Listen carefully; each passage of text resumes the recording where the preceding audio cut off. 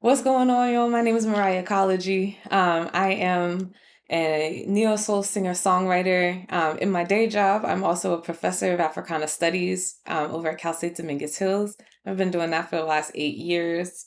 My pronouns are they, she, and I have multiple master's degrees. I have three of them. I'm in a doctoral program right now, doing a doctorate of education. My bachelor's is in Africana Studies, actually from Dominguez, where I'm now teaching. So that's a nice little full circle moment. In the lesbian community, right, there's this stereotype about U-hauling. And ultimately, U-hauling is the idea that we move really, really fast. We kind of move at hyperspeed. If this was Spaceballs, we've gone plaid, right? We don't wait. But the reason we don't wait is likely because we are so starved for love. We're so starved for acceptance that the minute we think we have it, we're going to hold on to it, right? And the more broken we are, the worse those get. For a lot of us, that results ending up in some negative situations. For me, that ended up in a rather abusive relationship, a very long term, almost 11 years of this relationship. Thinking about how we ended up getting together, right? It was like I was in a space where I was looking for something that was just gonna be strong for me, right? And so that kind of led a lot of us who are femme presenting to enter into very heteronormative situations too. So even today, we still see a lot of this, right? We still see a lot of in lesbian relationships, a femme and a masculine identified person, right? And so it's like the who is the man in the relationship. And we all get mad and we're like, oh, nobody's the man. That's the point. And then like one of you is clearly like more masculine than the other. And it used to be way worse, right? We used to exaggerate on this so much more, especially back in the late 90s, early 2000s. Y'all know we don't have to lie about it, right? Um, so I wanted that masculine protection, right? That masculine support that I was told was supposed to come with a masculine person, right? And what I ended up getting was another person who was in their own space of being equally hurt by the world around them, by the troubles of growing up as a Black queer person, by the systems that have never been built to protect or serve us. We did a very good job of grooming female-bodied and femme-presenting people to think that their responsibility is to be the nurturers and the household creators, right? And that's just not true, especially if we're not able to take care of ourselves. How are we supposed to take care of anyone if we are not taught to take care of ourselves? If we're not even taught that taking care of ourselves is important at all. So trying to function from that space, I'm like, I'm doing all the things and nothing is working. Everything seems like it's getting worse, actually, right? So the physical violence starts and it escalates over time. The mental and the emotional violence, right? There was a lot of cheating. There was a lot of things that I was internalizing because now dealing with being queer and knowing what the world thinks about gay people, right? Having been contracted with the military because I did an ROTC program at the time that Don't Ask, Don't Tell was ending.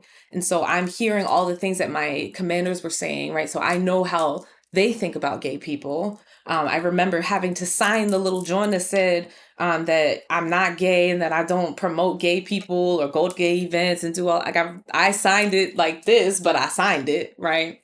And then lost my military ID at a gay club. Man, the stories. But having all of these different things working kind of against you simultaneously exacerbated my own depression. And so it really got to a point where I was so comfortable in survival mode that the amount of years that we were together as a queer couple started to matter more than anything else. It would be like little jolts of, okay, maybe I'm doing something right. When I would tell people, oh, we've been together for 7 years, 8 years, right? Because gay people, we move very fast, right? Yeah, we get together very fast, but we break up very fast too. we don't do long term like that. So when you see long term queer couples, like that meant something for the kids. That meant something as far as the representation was concerned. And so I spent a lot of time trying to focus on the things that I felt like I could control. And that was one of the only things that I really could, right? Just kind of being around. And so it wasn't like I was around because I was being nurtured and cared about. I was around as kind of the punching bag. So writing music is the thing that actually started to help me get out of all of this. I, funny enough, my ex told me she wasn't going to go to karaoke with me anymore. She said she was tired of hearing me sing white people music and that she wasn't going to listen to me sing anymore until I started writing my own stuff. And I think that she said that as a challenge. I don't think that she said it because she thought I was actually going to do it. And then I came back a day later with my first song. It was a shitty song, but it was a song. You got to start somewhere, right? And it just turned into the most wonderful outlet for me to be able to create and to start a healing journey that I didn't even know I was actually starting yet, right? After I started writing music is when I started getting into like self-help books and things. But those were the spaces where I started to find words and emotions that ended up getting poured out into the songs. I had to be very strategic about the songs that I chose to show her. And I had to be very strategic about the songs that I performed and how I performed. Every single performance was a struggle. There was no networking that I was doing. What networking? No. I remember one time I stopped so that these dudes could take a picture. I'm not even in the picture. I just stopped so that they could take a picture, right? And I got told I was sucking their. So imagine trying to have any sort of an actual conversation with anyone, right? If that's the response to just standing back so that somebody else can take a picture. This was on the regular. I left shows early constantly because she didn't want to be there. Right. And I would have to make up excuses so that I could try to maintain the relationships that I did have, the few that I did have, the couple of stages that I was able to consistently book at, even all the times that I canceled on them last minute because my anxiety ended up just being so high that it was just like, it wasn't even worth it to go on stage at that point. It's been quite the journey to navigate life as a Black queer person, as someone who experienced and survived some pretty intensive domestic violence. In the last 2 years, I had to learn how much wasn't normal and how much I could actually do. So, I mean, I've been growing my platform. I've been growing my fan base. I've been doing all of these different shows. I'm headlining at the Lehigh Valley Pride this month. It's been an amazing journey after I decided to actually listen to myself and choose myself.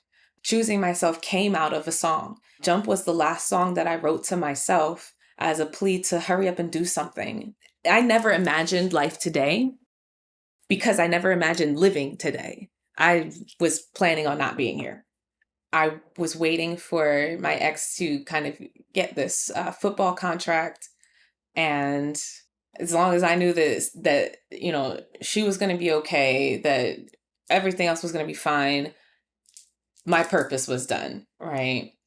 It's funny because it kind of reminds me of that episode of Rick and Morty that I just watched recently with, I think they're called the Meeseeks. Their whole purpose in life is just to help somebody else do something and then they die. That's like what I felt like in those moments. So that was the song for me to save myself, to take a leap of faith and know that there has to be something else out there. Even if you don't know that there's something else out there yet, to doubt yourself and do it anyway. Doubt yourself and do it anyway, because at the end of the day, those are the chances that you have, whether you use them or not. Those are the experiences that you'll have, whether you go after them or not. And so sitting in that reality of every single day is the same, right? It's like the Nine Inch Nails song, every day is exactly the same. that was my life at that point. Every day is exactly the same. And so I had to make a decision to have a different day.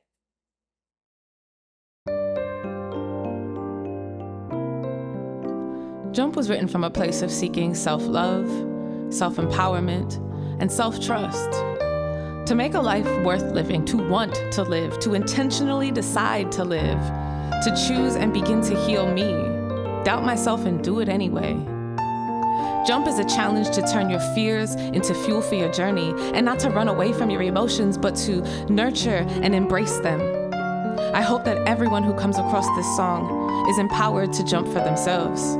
Your new life is waiting for you beyond your fears' limitations. I know because mine was.